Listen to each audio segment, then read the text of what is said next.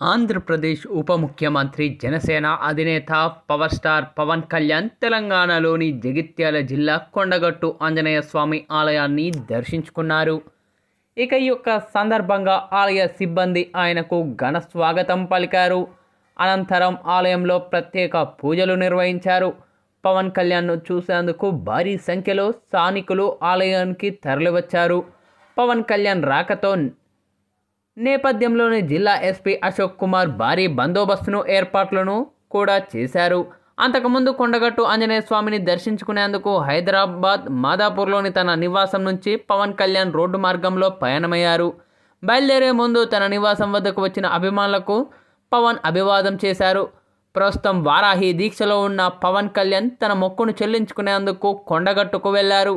గతంలో జనసేన అధ్యక్షుడు హోదాలో కొండగట్టు అంజనను దర్శించుకున్న పవన్ కళ్యాణ్ ఈసారి ఏపీ ఉప ముఖ్యమంత్రి హోదాలో రావడంతో కొండగట్టు వద్ద పోలీసుల భారీ భద్రతను ఏర్పాటు చేశారని చెప్పాలి. ఇక పవన్ కళ్యాణ్ కొండగట్టు అంజనను దర్శించడానికి వెళ్తుండగా రాజీవ్ రహదారి పొడవునా అభిమానులు, పార్టీ కార్యకర్తలు, బీజేపీ నాయకులు భారీ ఎత్తున స్వాగతం పలికారు.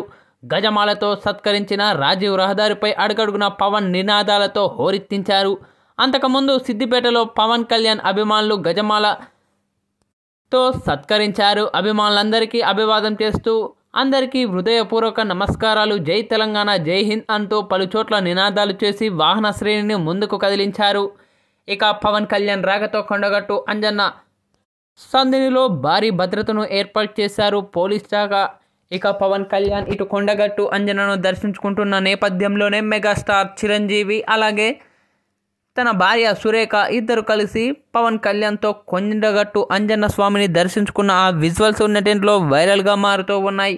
ప్రస్తుతం ఇప్పుడందుకు సంబంధించిన ఫోటోలు, వీడియోలు కూడా నెటింట్లో వైరల్ అవుతూ ఉన్నాయని చెప్పాలి.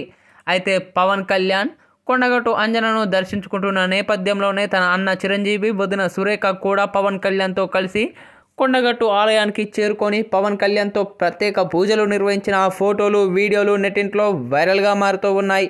ఇప్పుడు అందుకు సంబంధించిన ఫోటోలు కూడా సోషల్ మీడియాను షేక్ చేస్తూ ఉన్నాయని చెప్పాలి.